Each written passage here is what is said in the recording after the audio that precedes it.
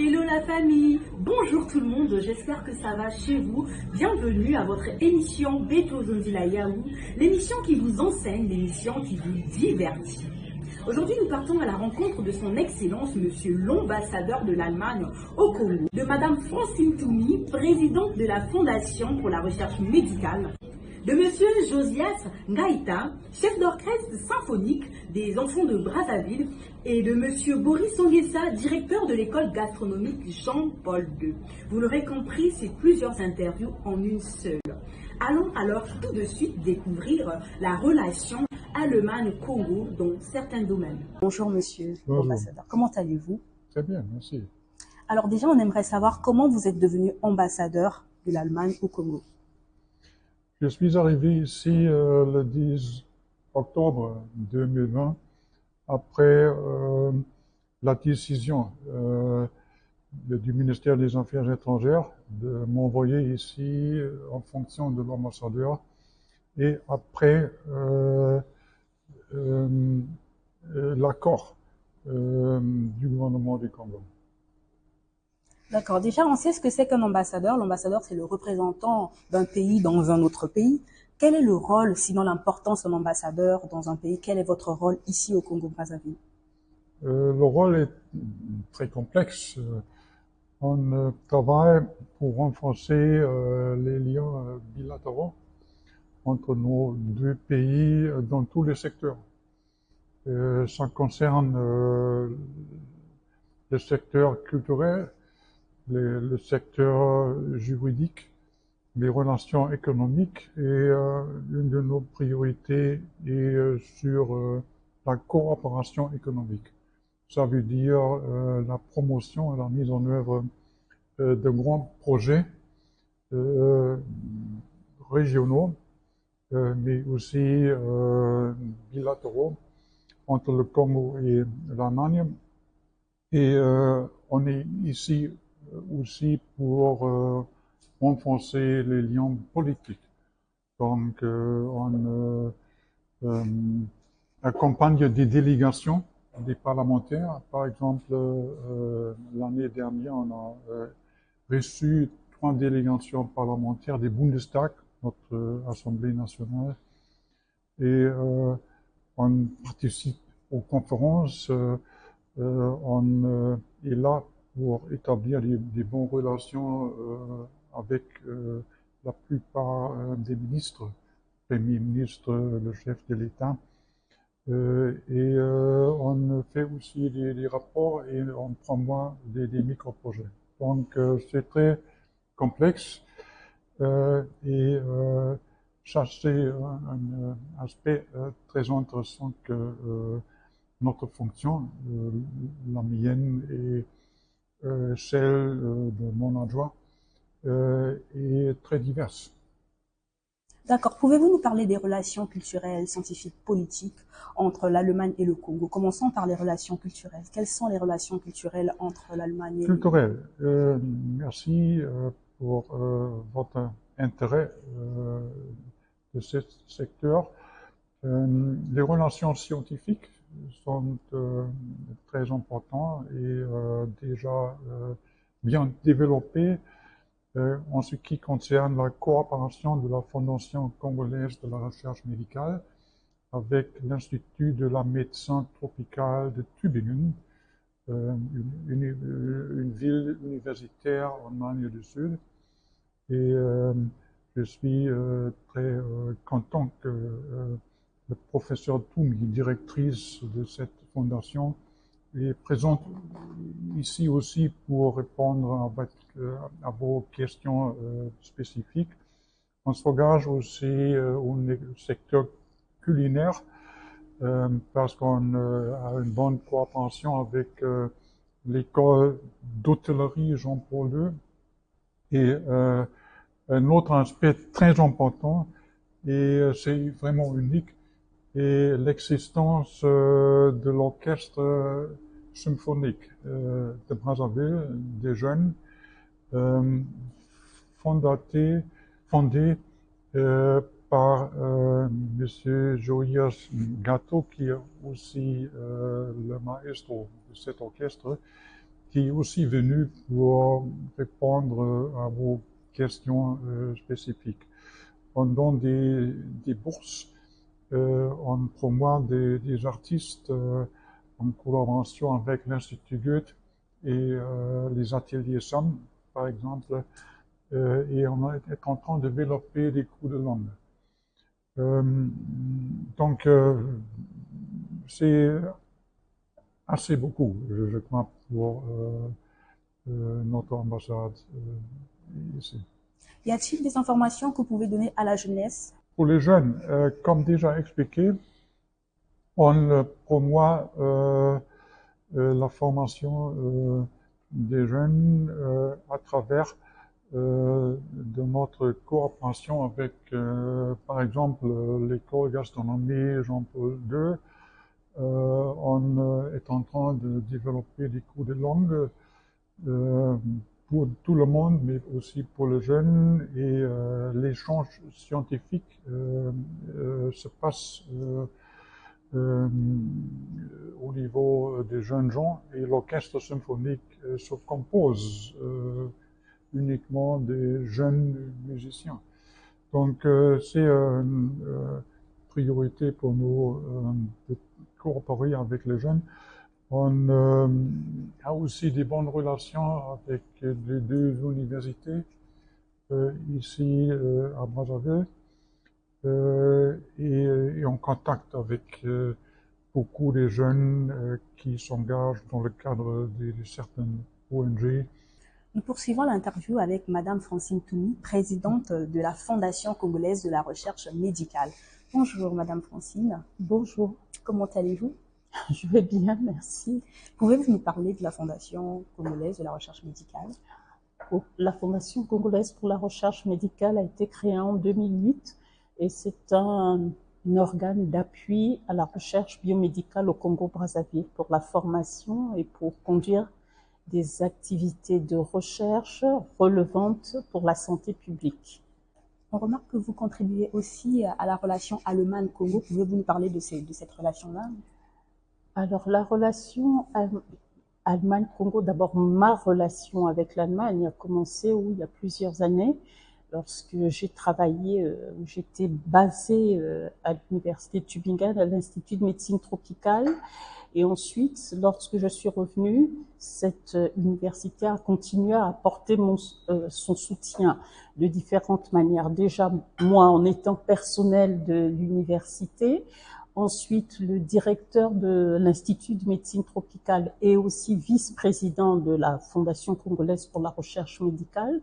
Et ensuite, nous avons des relations privilégiées d'échange, à savoir que d'échange de connaissances dans les deux sens, et puis le soutien pour les consommables, puisqu'on sait que le Congo ne produit pas de consommables et que ces consommables doivent être importés. Donc, via notre partenaire allemand, nous sommes approvisionnés régulièrement. Donc, c'est une collaboration donc qui date depuis plusieurs années et qui est une relation gagnant-gagnant.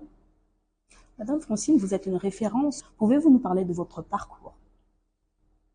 Comment vous en êtes arrivée là? Par le travail, les études, l'éducation. Comme toujours, la formation ne répétera jamais assez que la formation est la base de tout. Donc, j'ai été éduquée, formée en France d'abord, et puis après j'ai continué ma carrière en Allemagne. Donc là aussi, c'est peut-être mon parcours, c'est un parcours d'ouverture entre l'Europe et l'Afrique. En Europe, dans plusieurs pays, la France, l'Allemagne, les Pays-Bas. L'Afrique, la Tanzanie, le Gabon, le Congo. Donc, c'est une ouverture vers, au monde et aux autres.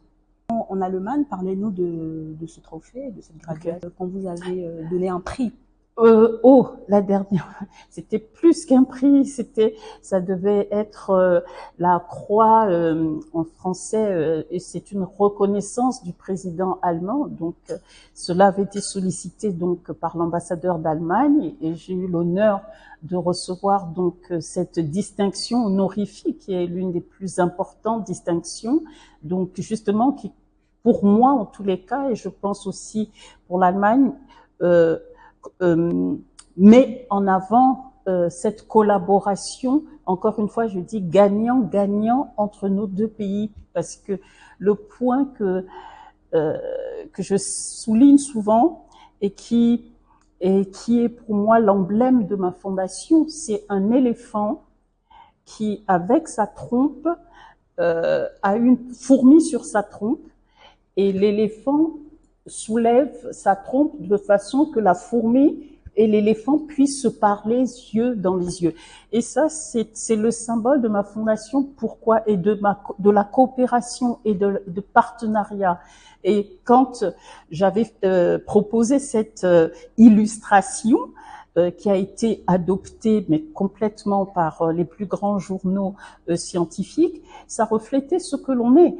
La fondation, où souvent les institutions africaines sont faibles, comparées aux institutions du Nord, ou institutions allemandes, mais un bon partenariat est un partenariat où même celui qui est faible ne se sent pas petit ou diminué. Et pour moi, cet éléphant et cette fourmi, ça reflète complètement ma coopération avec l'Allemagne. Voilà. Donc c'est que même en étant, j'ai toujours discuté yeux dans les yeux. Et quel est donc l'apport de cette coopération pour notre pays, le Congo?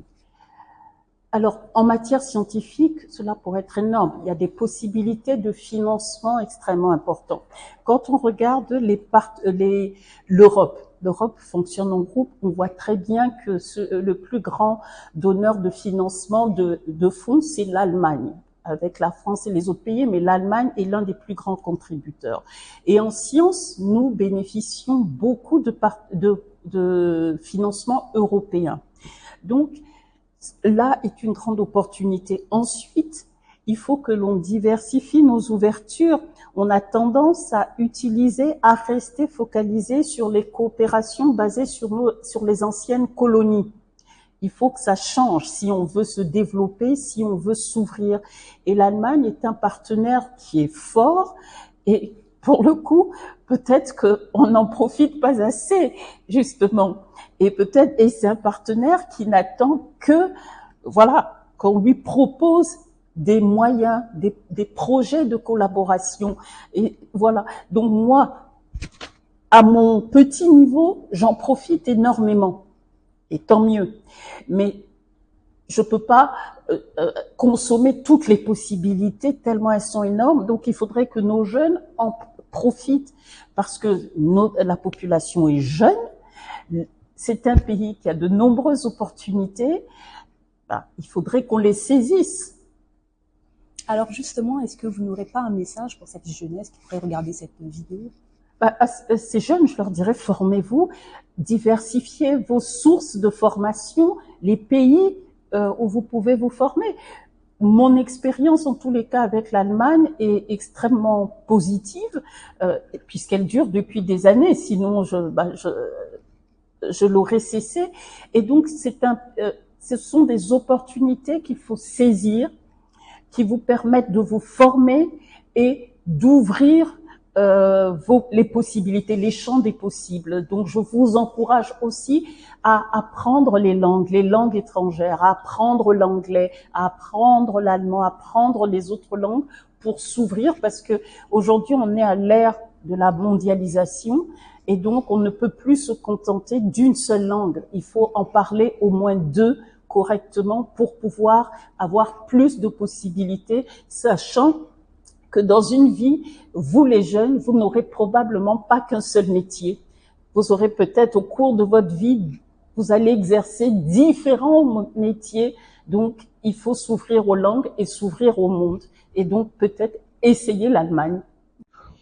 On poursuit également avec le chef d'orchestre symphonique des enfants de Brazzaville. Bonjour monsieur. Bonjour madame. Est-ce que vous pouvez vous présenter pour ceux qui ne vous connaissent pas? Je suis Josias Ngata.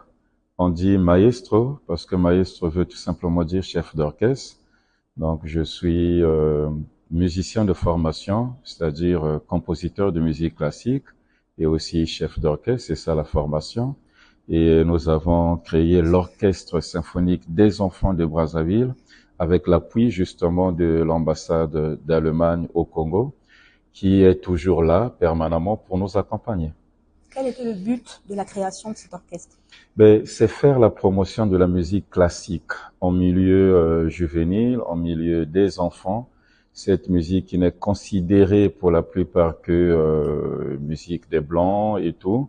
Donc il fallait justement briser cela, briser cette barrière, montrer que l'enfant congolais peut aussi pratiquer cette musique classique, mais que moi j'appelle plus musique savante. En quoi cet orchestre contribue à la relation Allemagne-Congo? C'est dans le domaine de la culture. Vous savez très bien, par exemple, depuis qu'on a commencé, parce que nous recevons de temps à autre des musiciens, des spécialistes dans le domaine de la musique savante qui nous viennent de l'Allemagne et ils viennent, depuis qu'on a commencé, chaque année ils sont là et ils viennent travailler avec des enfants et c'est dans le cadre de l'échange ou des échanges, cela contribue beaucoup. Et les enfants qui sont à l'école, parce que les enfants musiciens, c'est pas ceux-là qui ont abandonné les études, au contraire, ce sont des enfants qui partent à l'école, qui suivent leur formation scolaire, académique, normalement, et à côté de ça, il y a la musique, et ça appuie justement le côté formation des enfants. Et comment ça se passe? Nous recevons des enfants au centre, c'est-à-dire là où nous enseignons, les week-ends. Vous voyez qu'on ne touche pas lundi, mardi, mercredi jusqu'à vendredi, mais on ne touche qu'à samedi et dimanche, en se disant que les enfants ne sont pas à l'école, et ils sont là de 14h à 17h, et nous donnons cette formation en musique classique. Chaque enfant a son instrument. Vous voyez le violon, cette famille des violons, les guitares, le piano, flûte, ainsi de suite, et les enfants s'y mettent, ils apprennent rapidement, et voilà. Et cet orchestre est ouvert à tous les enfants ou vous faites des sélections dans les écoles? Comment ça se passe? Parlez-nous un peu plus. L'orchestre est ouvert à tous les enfants et De quel âge, s'il vous plaît? C'est de 5 ans jusqu'à 20 ans actuellement, mais quand on a commencé, c'était de 5 ans à 17 ans, parce qu'il y a des enfants que nous avons pris à 17 ans qui avaient commencé, et quand on a voulu les mettre de côté, ils se sont mis à pleurer. Ils se disent que je ne peux pas laisser l'orchestre, donc il fallait élargir justement cette tranche d'âge de 5 ans jusqu'à 20 ans, et c'est aux parents de venir inscrire l'enfant. C'est vrai que quand on a commencé, il y a eu cet engouement, il y a eu cet enthousiasme des parents qui venaient inscrire les enfants, principalement pour 2 instruments que vous connaissez très bien, la guitare et le piano. Et c'est pas ça qui fait en fait la musique classique ou l'orchestre symphonique. C'est beaucoup plus la famille des violons. Et on avait compris que les parents ne connaissaient pas totalement, ne savaient pas totalement ce que c'est l'orchestre symphonique. Et les enfants ont eu à faire leur choix en fin de compte. Et là, on a plus d'enfants au niveau des violons qu'au niveau de piano et de guitare. Et les parents inscrivent leurs enfants et les enfants s'y mettent, les enfants étudient, voilà. On sait tous que la musique au Congo-Brazzaville est souvent minimisée. Alors, que pouvez-vous dire aux parents qui hésitent de pouvoir inscrire leurs enfants dans l'orchestre? Jusque-là, nous disons tout simplement que le nombre que nous avons est insignifiant. On comprend tout simplement que les parents n'ont pas encore eu à comprendre l'avantage ou les avantages qui se trouvent dans l'apprentissage de la musique savante. Ils n'ont pas encore eu à comprendre et donc nous leur ouvrons les portes, surtout que la formation, elle est, entre guillemets, gratuite. On va le dire comme ça. Donc les parents peuvent venir inscrire leurs enfants. Et ces enfants-là, ceux-là qui sont avec nous ont déjà eu à comprendre le bien fondé d'être musicien. Pas peut-être de profession, mais associer les études à la musique. Ces enfants-là ont déjà joué devant des autorités de ce pays. L'orchestre symphonique des enfants de Brazzaville est déjà connu à Brazzaville. Ils ont déjà joué devant le président de la République, je pense à 2 reprises comme ça, devant les ministres, devant les ambassadeurs et tout.